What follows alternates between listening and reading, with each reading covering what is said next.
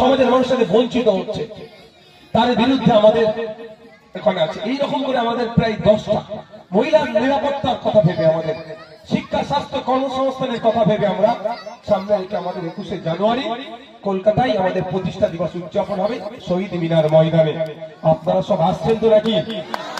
এবারে শুধু ছেলেদের নয়, শুধু ছেলেদের না, আমার কাছে খবর আছে ছেলেদের সাথে সাথে মেয়েরাও প্রস্তুতি নিচ্ছে। হ্যাঁ, মেয়েদেরকেও যেতে হবে। অন্তত আমি বলেছি বুথ ভিত্তিক একের অধিক গাড়ি যেন মহিলাদের হয়। কি মায়েরা আসবেন তো নাকি? 21শে জানুয়ারি বেলা 11টার মধ্যে কলকাতায় আপনাদের পৌঁছাতে হবে। শীতের বেলা আমরা এই এত বেলাও আমরা করবো না, আমরা তাড়াতাড়ি প্রোগ্রাম শেষ করব। তবে শহীদ মিনার ময়দানে একটা বড় চমক আছে। 4-4.5 বছর ধরে যে কোনো একটা চমক আপনারা দেখতে পাচ্ছেন না, সেটাও আছে। আপনারা আসবেন, সেই চমকটা শহীদ মিনারের ময়দানে আপনাদেরকে দেওয়া হবে। পরিশেষে একটাটুকু অনুরোধ করব, রাজনৈতিক হিংসায় জড়াবেন না, রাজনৈতিক হিংসায় জড়াবেন না।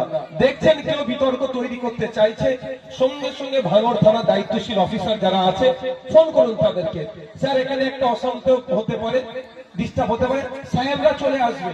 তারাও চাই না অশান্ত করুক, কারণ কলকাতা পুলিশের সুনাম পৃথিবী জুড়ে আছে, এটা মাথায় রাখুন।